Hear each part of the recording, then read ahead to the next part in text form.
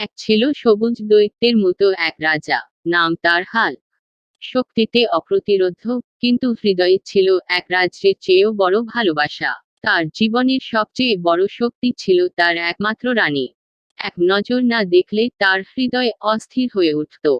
বাণিজ্যের উদ্দেশ্যে একদিন হাল্ক পাড়ি জমালো সাগরের পথে।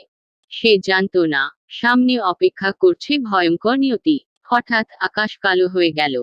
কালবৈশাখীর তাণ্ডবে চুরমার হয়ে গেল রাজকীয় জাহাজ। মৃত্যুর সঙ্গে লড়াই করে ভেসে ভেসে এক অচেনা দ্বীপে পৌঁছালো হাল্ক। দ্বীপের মানুষ আতঙ্কিত। এটা কি মানুষ, নাকি দানব? ভয় কেঁপে উঠল সবাই। হাল্ক বুঝল, সমস্যার সমাধান শক্তি নয়, বিশ্বাস। ভয়কে জয় করতে লাগে দয়া আর মানবতা। ভয়, ঝড় আর ভুল বোঝাবুঝি জয় করে।